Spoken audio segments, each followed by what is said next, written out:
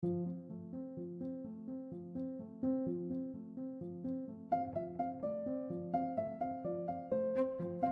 everybody, welcome to That's Peculiar. I'm Nathan, I'm Andra. and I have an episode for you today. But first, I want to mention that I went and saw Wicked. Oh, how is it? It was so good. Yeah, I may or may not have cried a few times. so you did. Yeah. I went on that bachelorette trip. Yes, how was?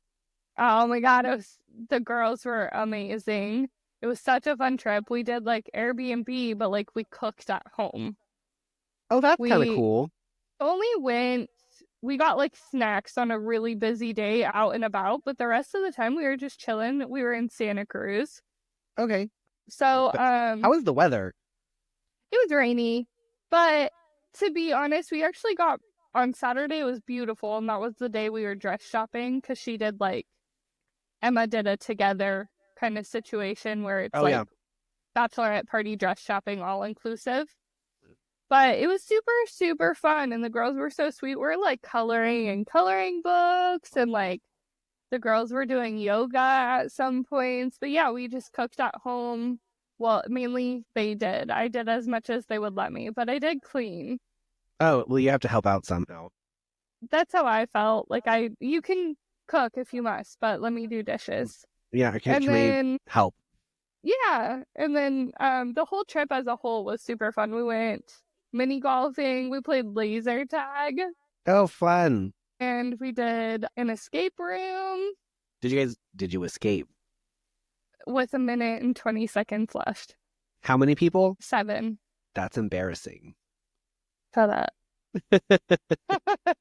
Okay, I'm telling you, it was actually pretty hard.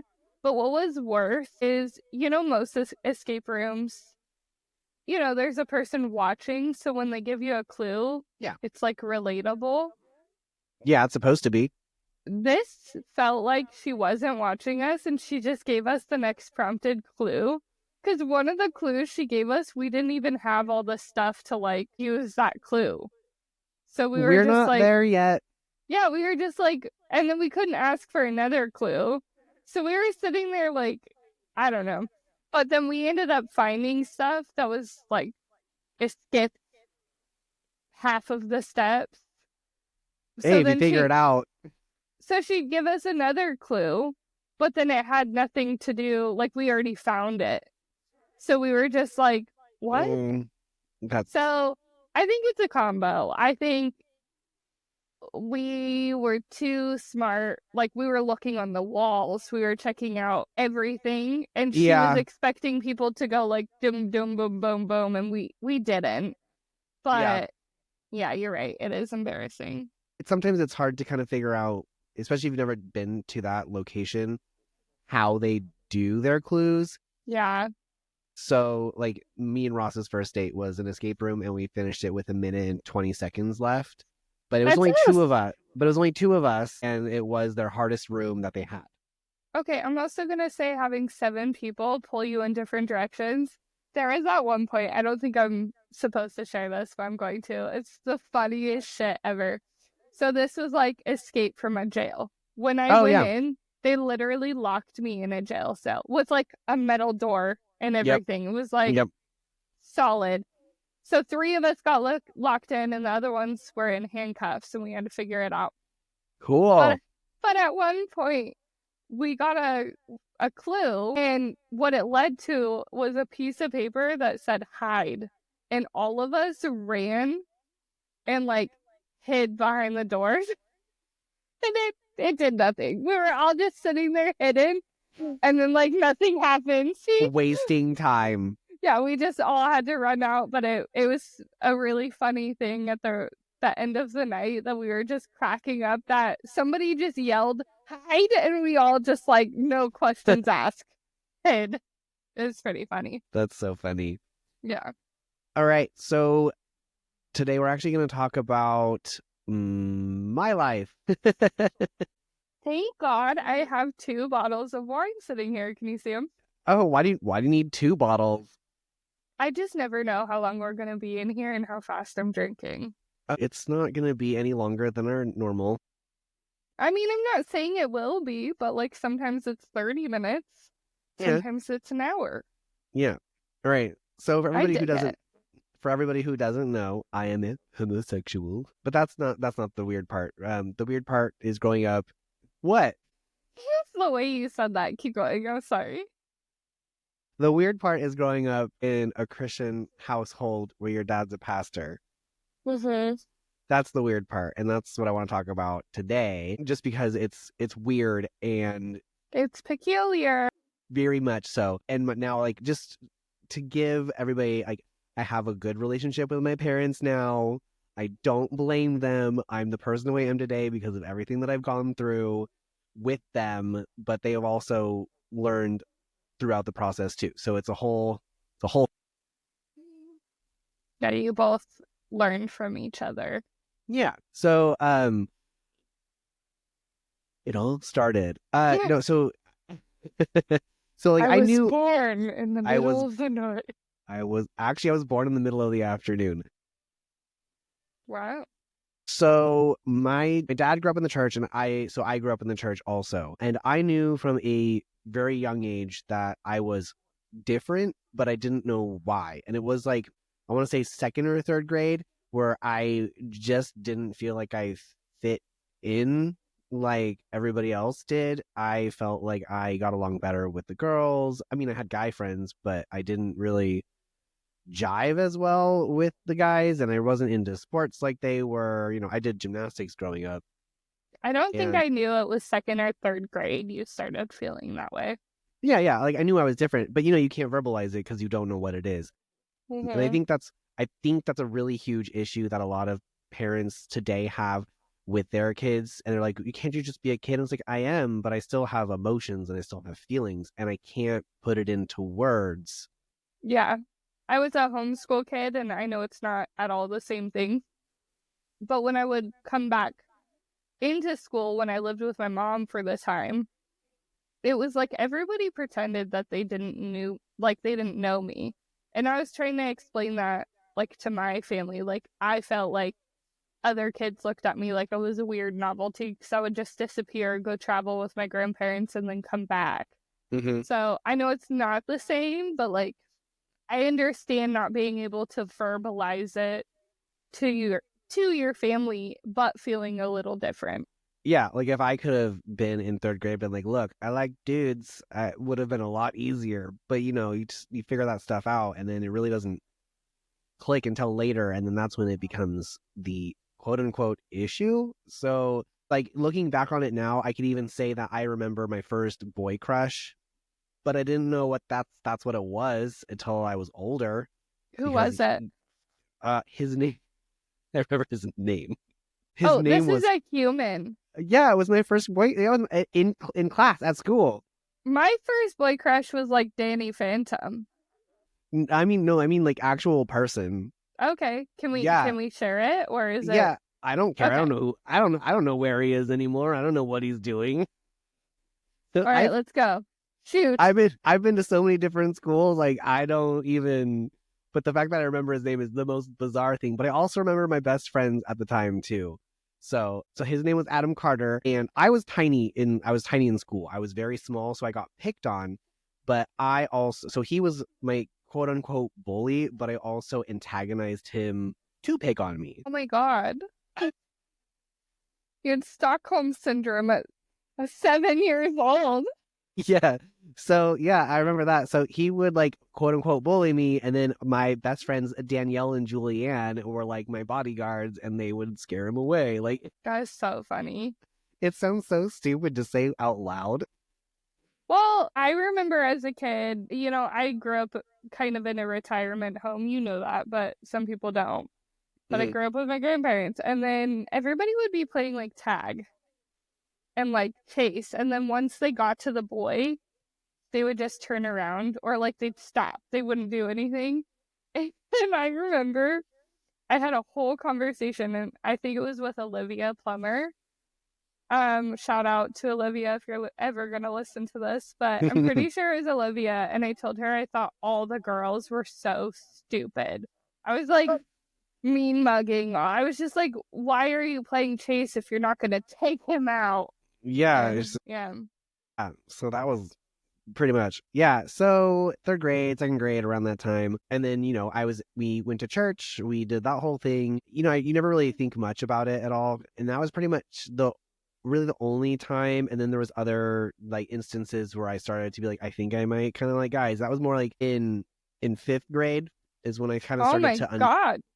yeah, that's when I kind of started to understand more that I actually like had feelings for dudes, like more than just friendship. But you still were not sure at this time, right? Because I have an understanding of you. It was like eighth grade, high school for sure.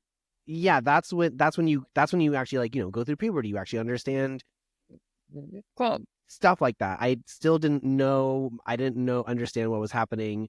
Um, and then we were really in the church. Like we did something called Awanas. It's a church group thing for kids. And so like there was a guy that I liked and he was my best friend at the time, but I just thought I wanted to hang out with him all the time as just friends, but it's not. They had like weird feelings. But I Yeah. still don't, at that point, you still don't know what that is. Right. And then we ended up moving to Sonora, and then I actually got held back a grade. So I was supposed to be in sixth grade at the time, but when we moved, my parents put me back into the fifth grade because of the cusp of my birthday Mm-hmm. would make me either like one of the oldest people in my class or it would put me For as the November. youngest. Yeah. So because I was small in stature and I was like the youngest in the grade, they put me into the fifth grade. So I was more like with people my size. And How do you feel about that decision? they had approached me and said, these are why we think you should probably stay in go back to fifth grade. And I was like, cool, whatever. Yeah. Because I don't care. you're smart. So Yeah, it didn't did make you a feel like difference you to me. cruised through fifth grade again?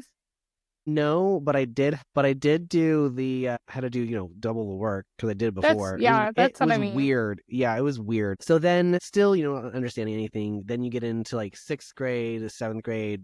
Still, I'm keeping all this to myself. Like I'm not telling my parents any of this. I'm not telling any of my friends of this. I am literally in my own little bubble trying to figure all this out. Um, and then finally, eighth grade is when I learn what it really is, and I say, "Hey, I think I might like boy." And you said that too. I said it to my mom and dad. Yeah. So That's the part that I know. yeah, that's when the story Mm-hmm. finally solidifies into now people know, now we're figuring out what we're doing because growing up with church, it's bad. You're not supposed to like boys. That's not okay. And you want to also keep that a secret the more you start to learn about it too, because you don't want to be treated differently. You don't want to be a problem, I guess. Right. I don't even know And how to at say this that. stage, you were 14, correct? Because if No. you held back in eighth No. grade, Uh-uh. we're 13. Yeah, I was 13. I went Okay. into high school and turned 14. Yeah, because my sophomore year is when I got my permit to drive. Wait, no, freshman year. So I was like third on the cusp. I was cusping. I don't know. 13, 14 in the eighth grade, 14, Yeah, 15. Yeah. and it's hard for me to recall specific memories because there is a thing when you get depressed, you actually don't have as much memory of things happening, and I feel like a lot of my like school time and things I was going through personally creates these weird Yeah. like I don't remember so I can much. only imagine. But if you got held back, you should be 13, 14, Yeah, I eighth was grade, probably and then 14, 15. I only know this because I was on the other side of you where my birthday's July. I was the youngest kid yeah, in because my class. I got my permit freshman year and had my Mhm. license on my sophomore birthday. So You're yeah, I like was Brent Leonard. yeah. So yeah, that was what was going on with that. And then so I told my parents, and my parents, were like, okay. And I'm like, okay. And they had a conversation. And then they told me that they wanted to take me to see our pastor at the time and they wanted to, understand it more. And I was like, okay. So Same night or a different day? it was a different day, like a week or so had Yeah. gone by. And then they were like, we Like need they thought to, about it, they talked about it. Yeah. yeah, Okay. yeah. And then they wanted to take me to our pastor. And so we went to that. And it was so awkward, so very awkward because we went to the pastor's office and that was like a counseling session for me. But also, like, taking your kid to a pastor, and your church was not progressive, right? At that time, we were at a Southern Baptist church.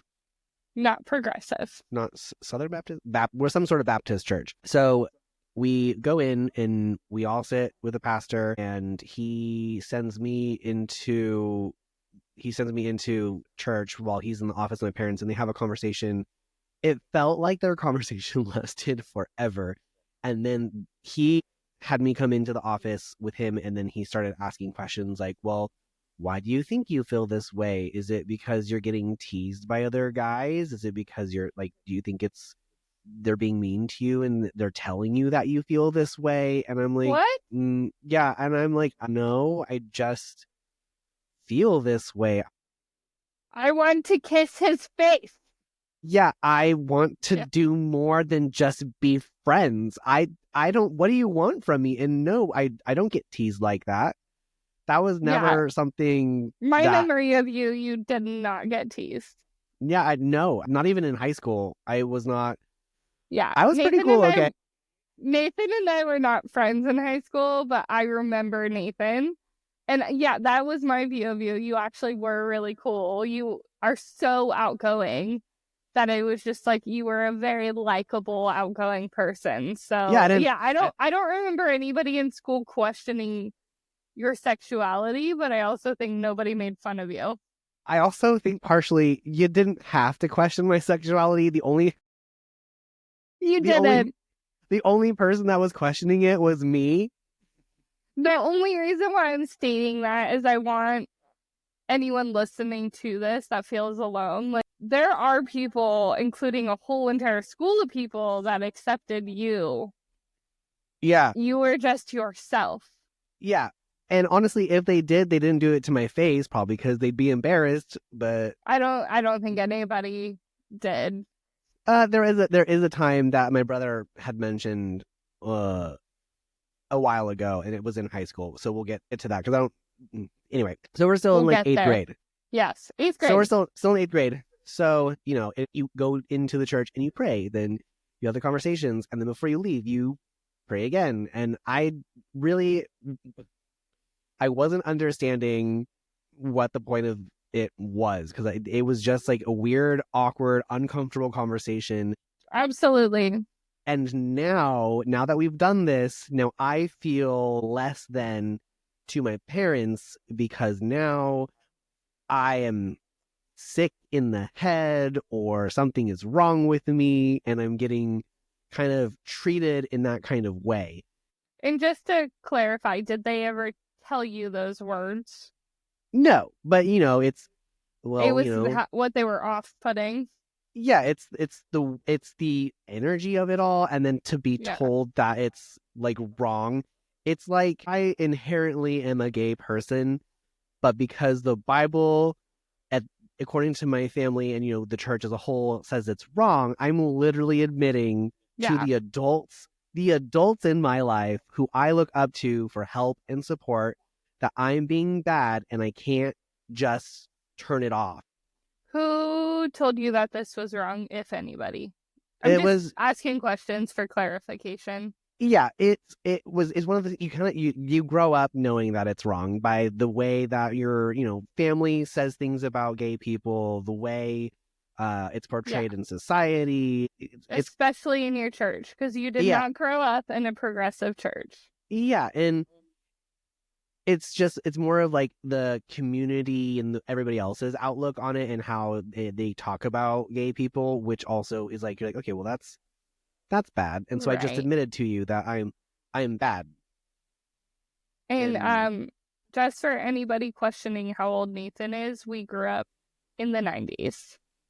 So like this is all happening 90s, 2000s. Yes. We're old. And then I remember after that appointment, we were supposed to have another appointment, and I was just so off put by my first experience that my dad was like, "Hey, it's time for your appointment," and I said, "Oh no, I'm good. We're cool." He's like, "We're good. We don't have to go." I said, "Yeah, I'm not." He's like, "You're not confused?" I said, "Nope, I'm not confused anymore." And he like, I remember my dad's face. I remember I was in my room, like on my couch, or I was like on the floor. I was doing something in my room, and he's like, "You're not confused?" I said, "Nope, we're good." He goes, "Oh, okay." And his face lit up. He had like a smile, and then he's like, "Oh, okay, cool," and he left, and he was not weird. And I just remember going like, "Whew, dodged the bullet." Beat that. Yeah. And it sucks too, because between this entire time and like from these appointments into high school, I can't tell you how many times like I tried to not be gay. I've prayed multiple times, many times, for it to be taken away, this burden, and I cried, and I begged and pleaded, and nothing happened, not for lack of Right. trying. So then we get into high school, and still I'm also trying to I got into a point where I was kind of in a state of denial, because I didn't want to admit to anybody that I was, but I also was trying to not be. So I still had these feelings and these thoughts, and I Mm-hmm. had to deal with them, but I did what I could to be not gay. So like I had girlfriends, and I would be, and the girlfriends that I would have would be people that I was close with, girls that I was in Mm-hmm. school with or whatever, and they had crushes on me, and I was like, I could have a crush on you, try, and it wasn't, again, not for lack of trying. So I dated. I remember who my first kiss was. I remember how awkward that was, Mm-hmm. It and was a girl. it was with a girl. And so finally we get to a point in, it's very, very broad timing for Mm-hmm. me, because Mm-hmm. everything is just a big blur. We get to this point of junior senior year. Right. um And that's where I I would have met you. Yeah, junior senior year, I'm getting to a point of like, it's coming to a head. I have to make a decision. Like, I gotta figure this out for sure. And my biggest thing is being accepted by my parents, being loved by my Mm-hmm. parents, because I didn't feel that way if I was gay. I would be less than to them in society and whatever. And not like I would choose to be gay if I had a choice. Like, who would choose to be in a group that is hated for no reason or for who they love? Why would you want to? Especially at that time, right? Yeah, Like it's a exactly. different time frame than what is Exactly. happening now. Yeah. And, growing up in a very small conservative town, it can be an unsafe situation. Very small, So very conservative. I remember broaching the subject again with my parents, and I was like, "Hey, just so you know, like, I still have feelings for dudes. Mm-hmm. I've still never done anything with dudes, but I still had the feelings, didn't make them go away." So I thought I would tell Right. my parents again, thinking maybe that they would have more understanding, be more accepting, be more open to it. My mom's sister, my Aunt Brenda, she is gay. She's been gay since Yeah. forever. So I thought, maybe they could see me more now that I've matured a little bit more, that it wouldn't be as big of a deal. Did you ever talk to Brenda? Not really. I love Brenda, but I could see that she wouldn't be as easy to like discuss this with, but I am curious why you didn't. The only reason I don't think I did is because I I didn't want her to bring it up to my mom, Yeah. and then B, she didn't grow up necessarily how I was growing up, so she wouldn't be like an advice person that I think I would really go to, only because it to me was a very different situation. Yeah, she didn't grow up in a church. I mean, they were Catholic, but they didn't go regularly. Yeah. Yeah. And she'd been gay for so long, like I don't know if she'd remember what it was like, and if she felt like she had to really hide it ever. I should probably talk to her about that now. That's why I was like, have you ever had that conversation with her? No, I just grew up with my Aunt Brenda who liked women. It was I feel just like you could normal. talk to her partner easily as well. I have one more question if you're Yeah. comfortable sharing, and if you're not comfortable sharing, just be like, Peaches, at this point in your life, because we're in like your junior, senior year, had you done anything with a gal other than, your first kiss? No, I only ever kissed. Okay. So no Yeah. Pete. Yeah. I mean, like, I think I knew that, but Yeah, I don't. Yeah, I wouldn't want to. No, thank you. No offense, but no, thank you. that's none taken. Fine. One less man in the world that is just you know, that's fine. Not one less man looking for a woman. I wasn't saying you're not a man, but one less man looking for a woman in a Okay, weird, stop perverted talking. way. Yeah, I know. Take all that out.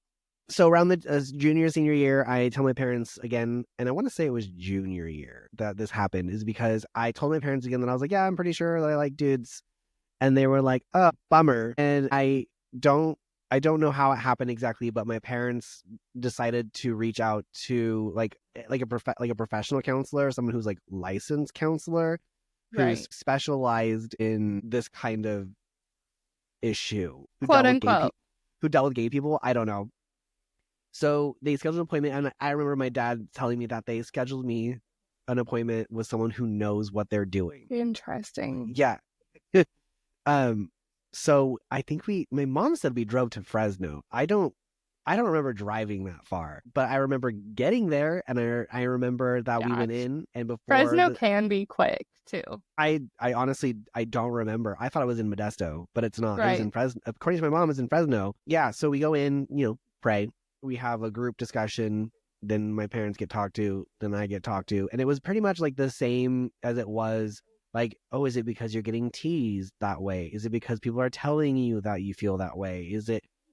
It's like hard. How do you say no? It's just how I feel. I don't know where it's coming from. It's just how I Right. feel. I like So him. I don't like her.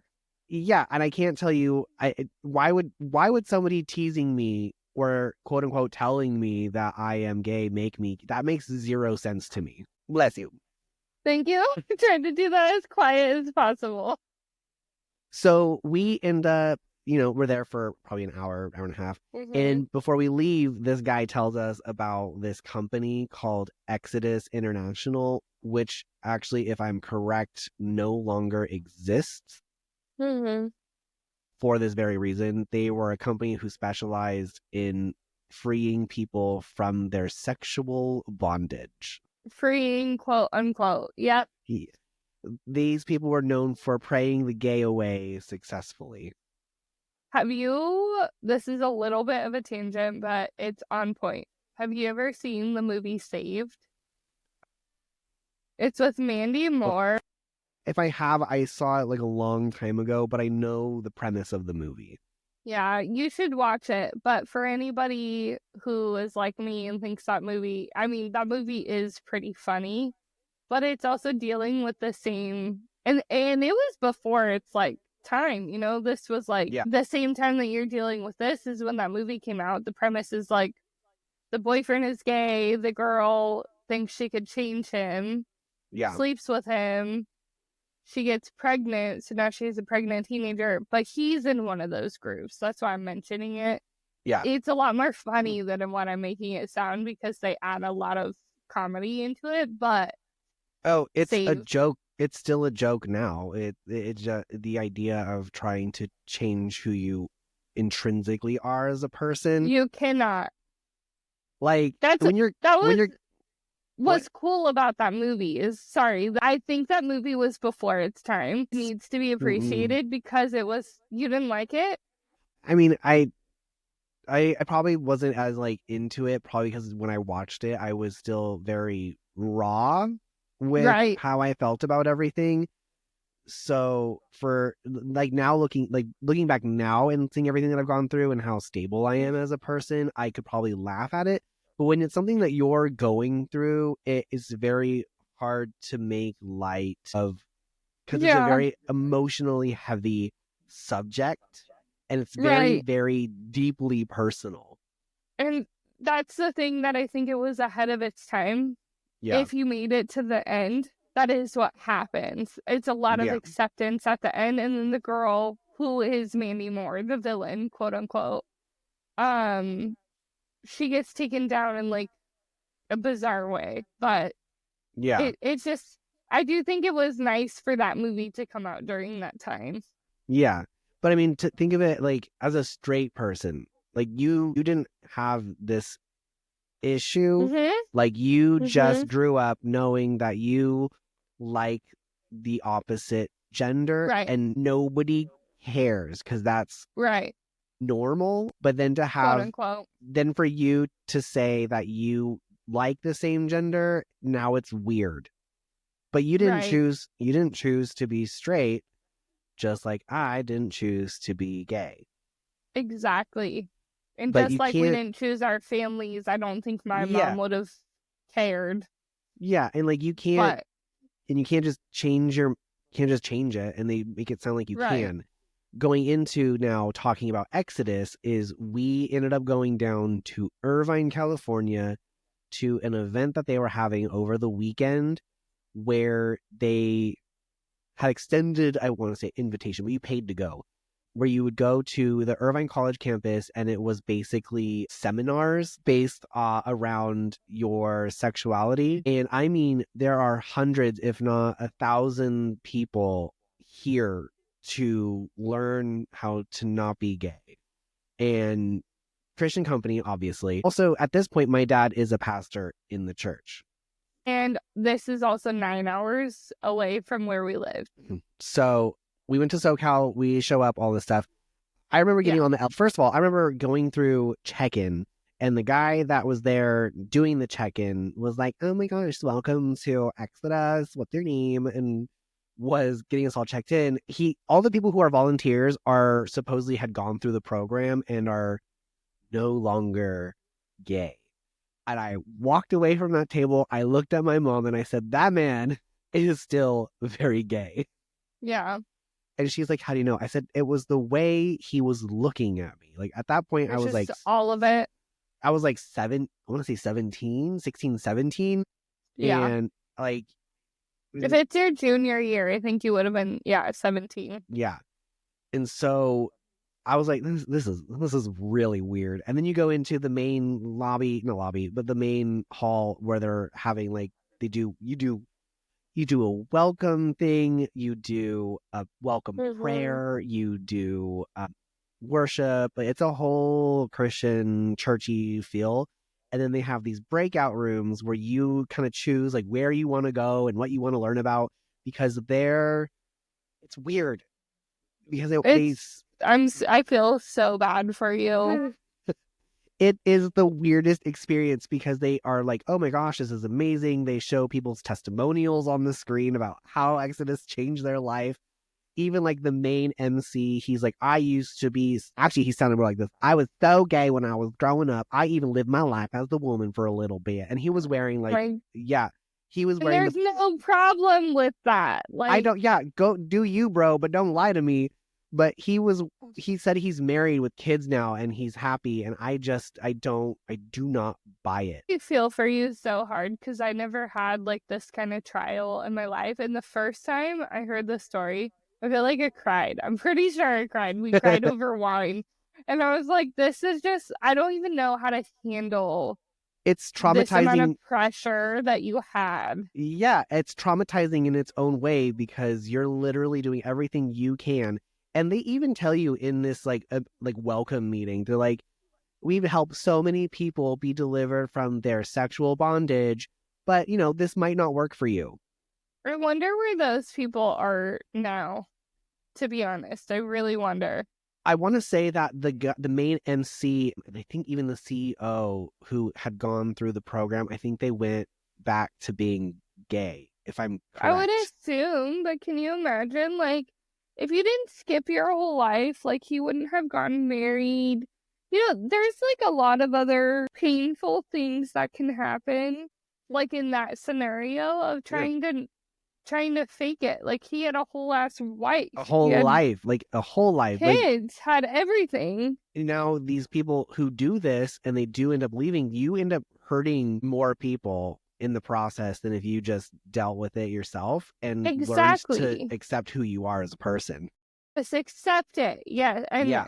I really, truly feel for you so hard because this is, every time I hear this part, I'm just like, This was I'm probably not cubbing you right now. the only I'm just reason giving you a hug. that I share my story is because of this part. Like, this is Right. the high school through this part, I want to say, was the most tumultuous time for myself personally, because I went through so much of it by myself. And then when I reach out Right. for help, it's not, well, let's try and figure this out and help you. It was, can we fix you because you're broken? Right. That's the part that was the hardest part, is to ask for help and then be like, oh, well, you're broken. Now we have to figure out how to fix you. Yeah, we can change you. Yeah. And so I remember going to my seminar with my mom. My dad went to some other thing. And it was, what did they talk about? They were talking about how a lot of gay, they're like, who plays video games? And I was like, everybody's like, me. And they're like, well, gay guys like to play video games because they are antisocial. And the What? only, Okay, this is so ridiculous because Nathan is the most social person that I know on planet Earth. they tell you that the reason why gays like to play video games is so they don't have to go do masculine stuff and play sports. And I laughed and I looked at them and I said, are they for real? They want to say that I like, and they do the whole nature versus nurture. So they also tried to say that your mother was way too overbearing over the family and was too dominant of a personality, and your father was too coddly and too soft. And so now you view men as a comfort and women are not. And I'm like, that also makes no sense, because some of my Because your closest mom friends, is like, but some of also my, your mom is like pretty nurturing. she is like my, she's one of my best friends.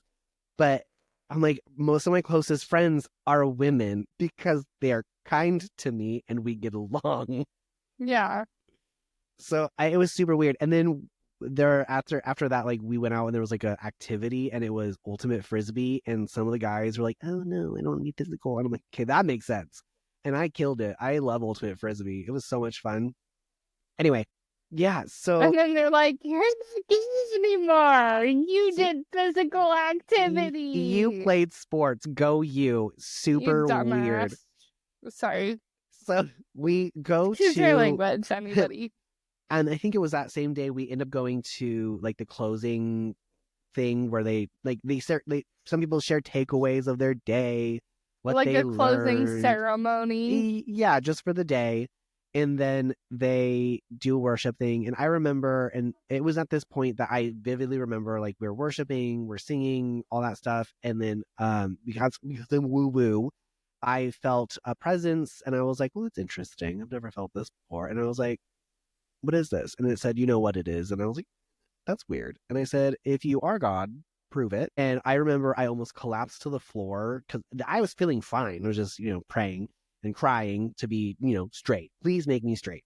I almost fell to the floor like they do, and like when people get really into the spirit and they collapse and they shake. Like, I felt pretty much like that, but I, was like, this is very weird. And then I remember in like this part of my being, I remember hearing like, I do not care who you are, as long you will always have a place with me. And that to me was like, oh, cool, sounds good to me, groovy. So that was also extremely emotional because it was like I was actually getting permission, which is all I ever wanted, was permission to be me and be gay. And I never got that externally. It was like just my closest friends, but who I wanted it from was the most was my parents, and they were not giving it to me. And so Right. it was this experience that gave that to me, and it was refreshing. It was great. Also a note, during this weekend, you can opt to stay in the dorms at the Irvine College, or you can, get your own Right. housing. What do you think a big group of gay men who've never met before In get the bunked housing. in dorms with roommates that they've never met, and they're all trying to not be gay, but they are still gay? What are they going to do? they had to remove quite a few people from the weekend because of their misbehavior. Right. So I was like, well, duh. What did you think was going to happen, morons? Can I ask you a question about now that has to do with what happened then? What? So you said you felt something. Yeah. Do you still think that you're getting guidance, or like, are you still religious today? I wouldn't say that I'm religious anymore, Right. but I do still have a certain level of faith, but not faith in just like God. But Mm-hmm. I want to say it's more like just it's faith as in there's something that does connect all of us together, but I can't tell you what, and I can't say that one book is the right book because to me, when you look at other religions, so many religions are tied to the They're same base. so connected. Yes. And most of them are very tied by the one idea of loving and caring for people, no matter Yes. what or who they are. And that's kind of how like I try to live my life because I feel like if you're trying to go through life taking care of people, regardless of who they are, whatever, you're going to be doing the right thing. Yeah, just being kind and trying Yeah, your best with other you're people. you're doing the right thing. If you don't go out of your way to hurt someone's feelings or ruin someone's life, you are doing the right thing. Can I ask you two more questions? What? Praying. Do you still pray? No. Okay. The being or the thing that you felt, Mhm. do you ever feel like you still have kind of that guidance? Um, I would say yes. I mean, I do, but I wouldn't say that I have. How do I explain this? This is very I convoluted. know. I'm sorry. Yeah, it's yeah, that I don't have an answer for it just because like yeah, I don't pray anymore, but I don't feel like I don't have to. I'm always in a state of like trying to be better and I'm trying to have the positivity and the, goodwill and all that stuff. Like I always have that going for me. Like that's always trying to do that. So I feel like I don't I think that's an pray. answer, Yeah, Nathan. I don't Like, know. It's really, just I do. I yeah, I feel like it's kind of always there. I don't know. It's hard to explain. I'm coming from the polar opposite. My family's not religious at all. Like, Mm-hmm. nothing. My mom just joined a Catholic church, but like, Okay.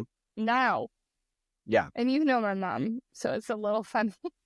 It's a little funny she's joined a Catholic church, but either way, I think like anybody from any background can understand what you're saying. Yeah. I always think like, my friend Rachel passed away. Mm-hmm. I always think like Rachel's with me in the car. So like I understand I don't pray, I don't do any of that, but like I feel like Rachel's there with me, giving me like a little hug when I'm nervous. So I understand. I Yeah. do. And Yeah. I hope other people do. I'm sure other It's a people have. hard topic. I'm so sorry. It is. It's a very complicated personal kind of thing that you can't really always put words to. Um, but I'm yeah, actually genuinely surprised you're sharing it. I mean, it's whatever. It's who I am. I'm giving you claps.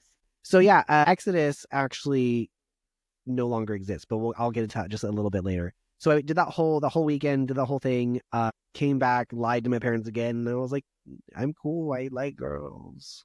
And they were excited about it. And then what happened was senior year, and I remember it very vividly. I had this weird panic attack. I was just like, I am not okay. And because I'd been thinking about it and dwelling on this because I felt like I was still hiding such an important piece. I don't know why I felt like it was Of so important. you. Yeah. Yeah.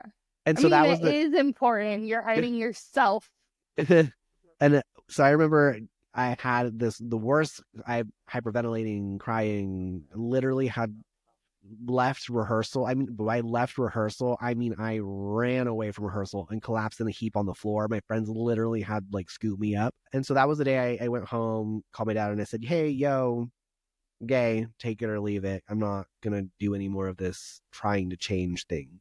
So I was 1 second. When you say rehearsal, you're talking about High School Musical during my senior year. I was in that. rehearsal. But I knew that. I just, for anybody listening, I was trying to he not was have to in share rehearsal for High High School School Musical. Musical. I was trying to not have to share that part because. Sorry.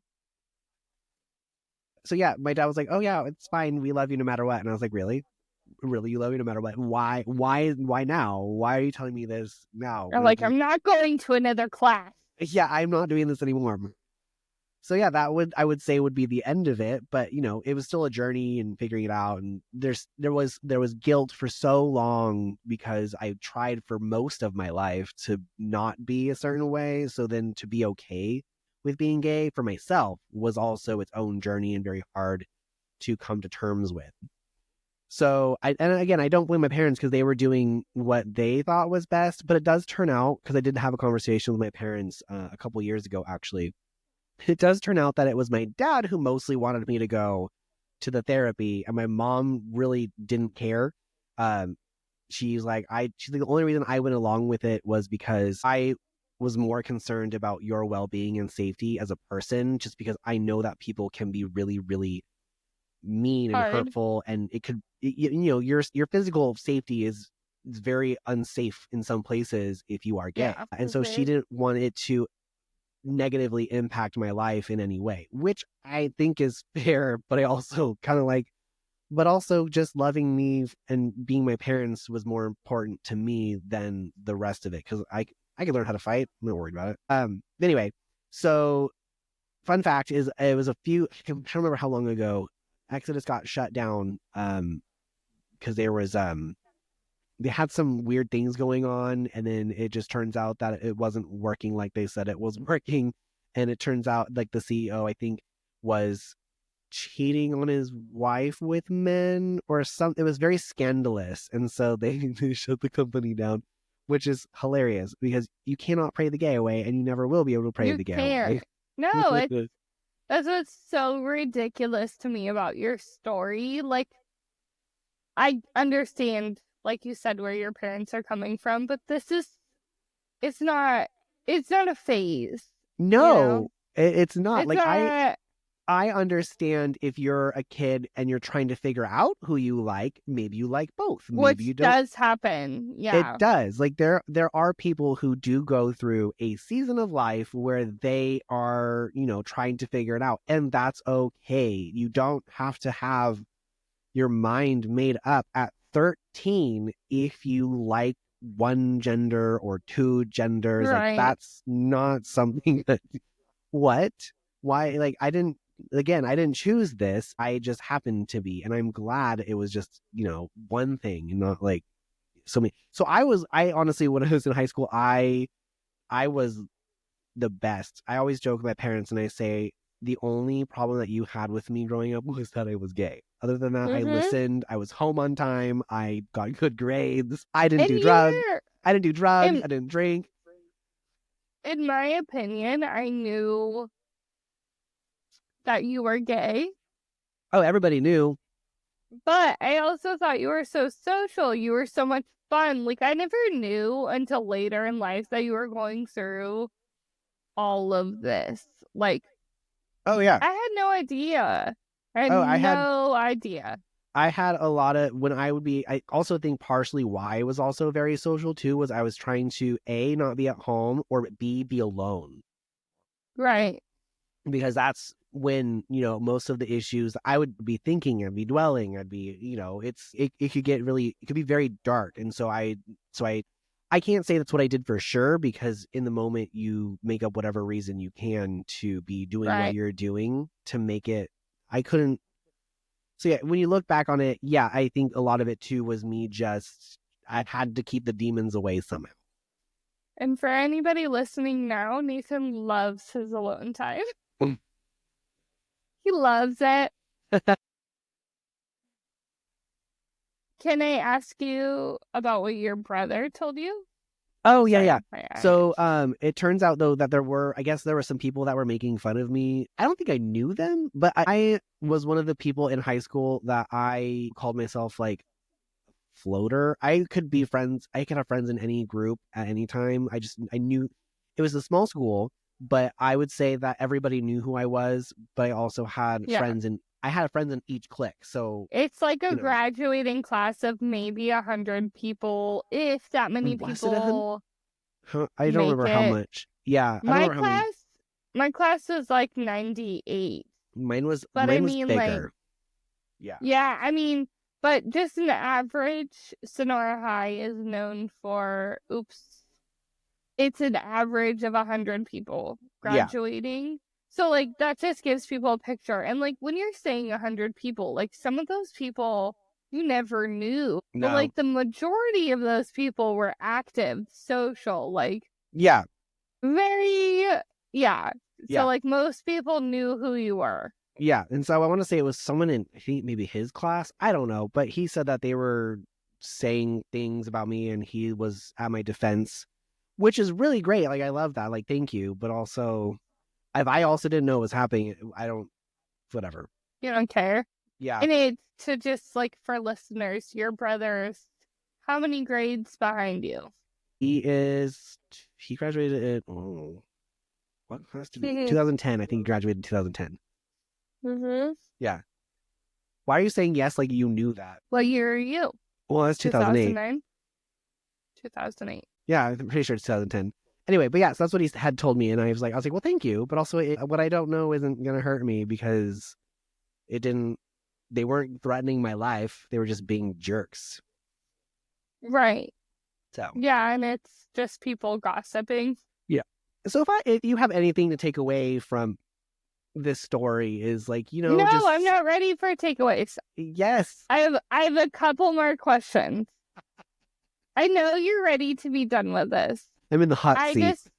I know, but I just think for anybody listening, can you explain your adult life just a little bit? Explain my adult life, like what I have now. Well, yeah, just kind of explain a little bit of that to, like, because you're doing this for anybody listening, right? That's like feeling like they're at home. Yeah, this is for people who alone. have felt different. Yeah. So, can you explain the outcome? Like, you don't have to. I mean, Ross is the best. You can say that. But I just mean, like, in general, how was your adult life versus your high school life? If you could sum it up in 2 sentences.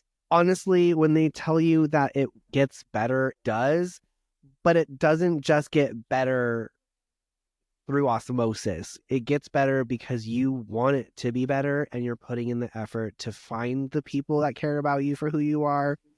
But more importantly is you also have to learn to love you for who you are as well. So like when I said, so after I said that I accepted that I was gay fully, I still had my own transitionary period where I had to fight my own personal guilt about it and my own issues with being gay for myself. Yes. And everybody's story is going to be different. Like I didn't go to therapy. I didn't have a counselor. I worked through this by myself and with the people that around me who loved me for who I was. I mean, you had a therapist for a minute. And a counselor for a minute. Yeah, that I wouldn't consider that. I would consider that trauma. I know what you mean, but yeah. But I think if I had actually gone to therapy and actually was able to talk through it, I feel like it would have been a faster transition because they would have given me tools to kind of figure that out. Right. Not a person that wanted to change you. Yeah. So I think yeah, it took me quite a while, but now I'm very happy. I have a job that I enjoy. I have a partner whom I love very much. And we're traveling the world when we have plans, like, future plans. It got better and I'm very happy and it does get better, but you have to put in the work. You have to put in the work as a human being. Yeah.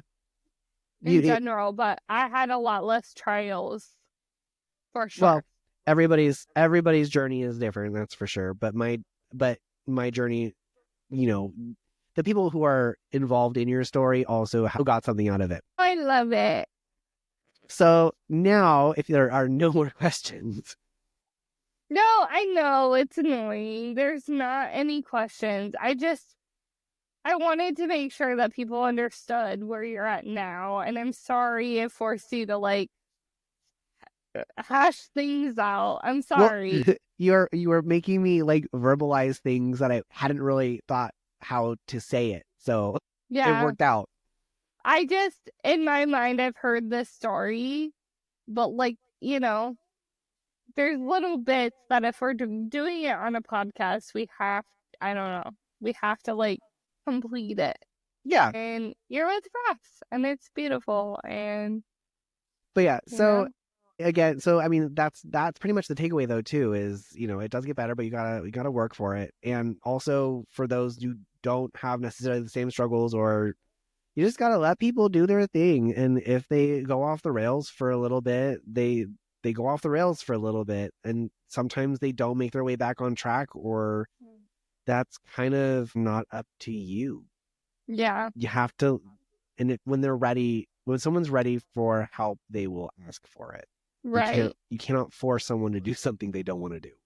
Right. And that also goes for if you ask for help, that doesn't necessarily mean change. It might just mean help. Yeah. Yep. Acceptance. Like I'm here and I'm here for you. Yeah. Yes. So all right. No, you can't just say bye. What are your takeaways? I already gave my takeaways.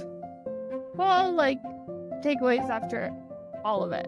Or giveaways. That was Can you give any piece of advice? No, I already gave my advice. All right. I'm just trying to force something. Were you not here with me when I said it? No, I was here. It's not what you wanted to hear. No, I just want a happy ending. I am happy. That is the happy ending. There is a happy ending, and you're close with your family. I want somebody to know we got you. Like, you're not alone. It's okay. And that's my takeaway. Okay, good. For anybody. Yeah, that's literally anybody. Just kind of let them be. All right, we'll talk to you next time on That's Peculiar. Bye. If you feel alone and need aid in a dark time during your life, there are many resources at your disposal. Remember, you are not alone, and there is hope. Thank you for listening to this episode of That's Peculiar. You can reach us via email at perpetuallypeculiarpod@gmail.com